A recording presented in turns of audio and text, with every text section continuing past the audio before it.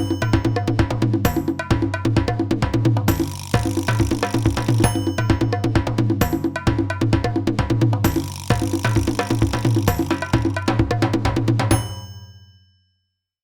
ัสดีค่ะวันนี้นะคะพี่แป้งจะมาจัดกล่องขนมนะคะใครที่อยากจะให้เพื่อนเป็นของขวัญวันเกิดนะคะเก๋ๆนะคะเรามาเริ่มกันเลยนะคะอันนี้พี่จะตกแต่งก่อนนะคะอันนี้จะเป็นกล่องนะคะมันจะมีรูปเนาะพี่ก็จะปิดก่อน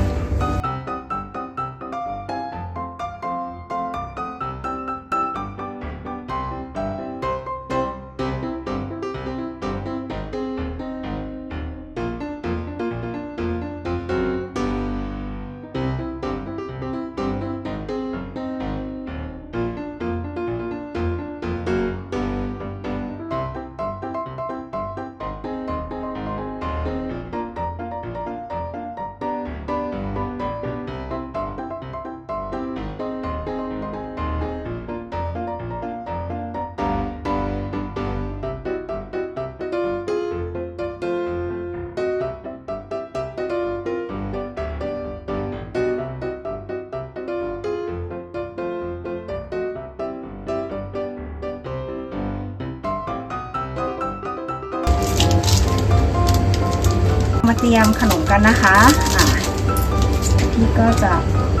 ทากาวนะคะ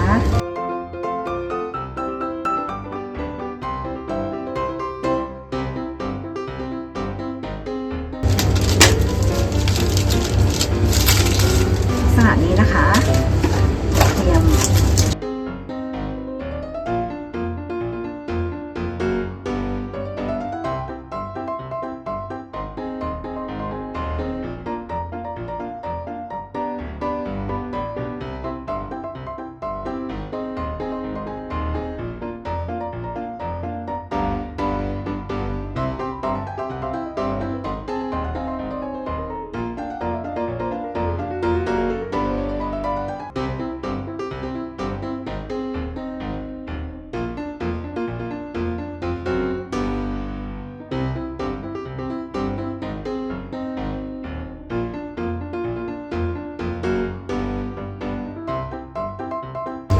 นี่พี่จะติดสัก2 ไม้นะคะเพราะว่าพี่กลัวจะรับน้ำหนักไม่อยู่เนาะ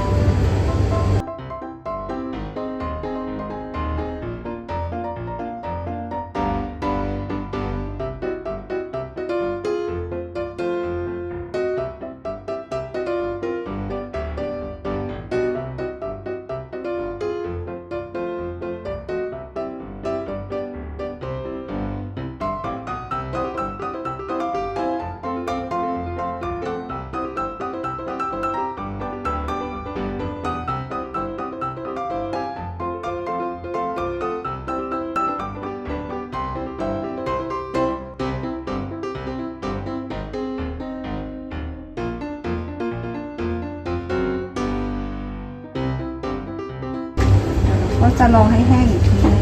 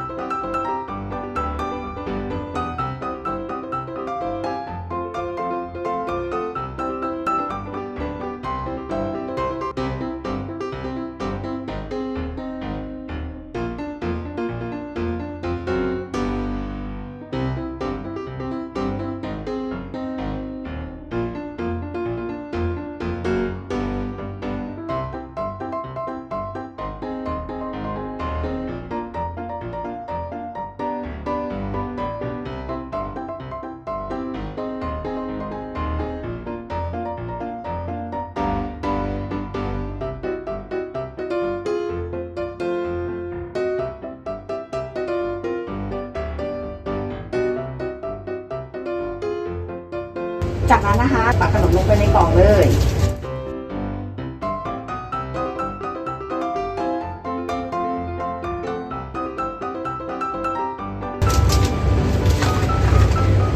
นี่จะวางอันไหน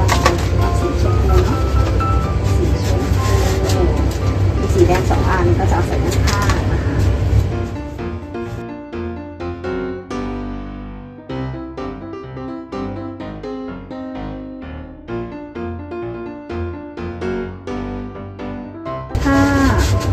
ถ้าเกิดว่าขนมของใครที่มันหนักนะคะแล้วก็เยอะเนาะถ้าเยอะมากแล้วก็หนักมากก็เราก็โออิซิสเราก็แช่น้ำได้นะคะโออิซิสไปแช่น้ำจะได้หนักขึ้นนี่ค่ะตัวส่งไปนิดนึงแต่ถ้าเวลาเราแช่น้ำแล้วอย่าลืมเอาพลาสติกรองนะคะ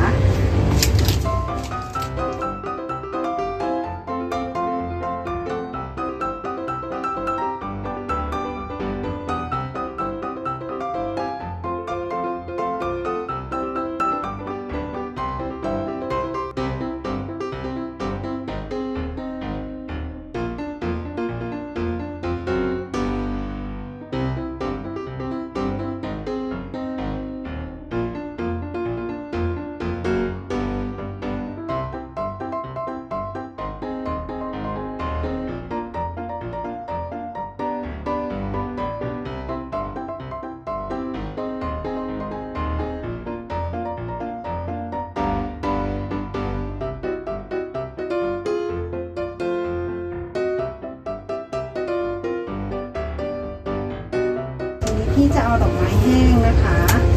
อันนี้ดอกไม้แห้งที่พี่พ่นสีไว้แล้วเนาะก็มาตกแต่งนะคะ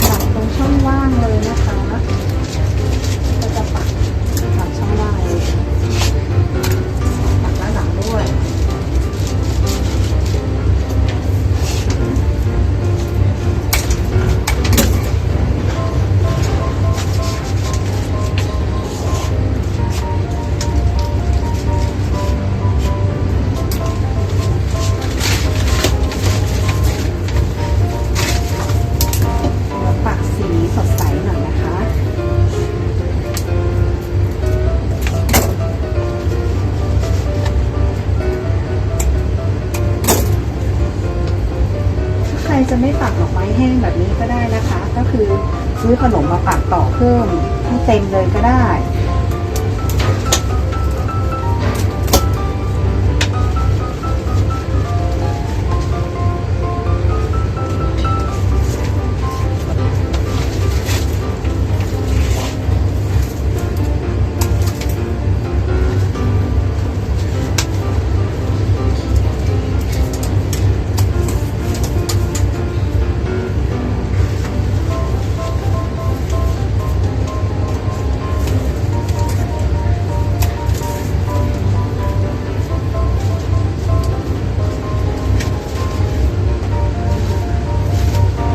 ที่ได้รับดอกไม้บ่อยๆนะคะดอกไม้แบบบางชนิดเนี่ยก็เก็บไว้แห้งได้นะคะอย่าเพิ่งทิ้งนะคะเก็บมาไว้เผื่อสามารถเอามาจัดตกแต่งแบบนี้ได้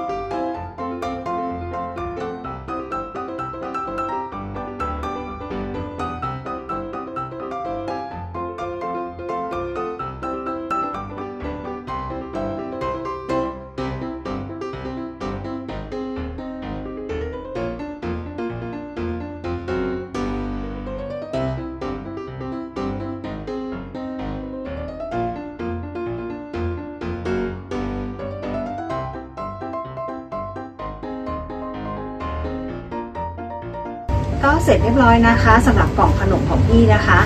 สำหรับใครที่อยากจะทำให้เป็นวันเกิดนะคะก็เราก็ใช้เทียนนะคะเทียนวันเกิดแล้วเราก็ต่อกับไม้10ชิ้นแล้วเราก็ปักนะคะก็เก๋ๆน่ารักสำหรับวันนี้นะคะก็จะลาไปก่อนถ้าชอบถูกใจก็อย่าลืมกดไลค์กดแชร์กด subscribe ด้วยนะคะบ๊ายบายค่ะสวัสดีค่ะ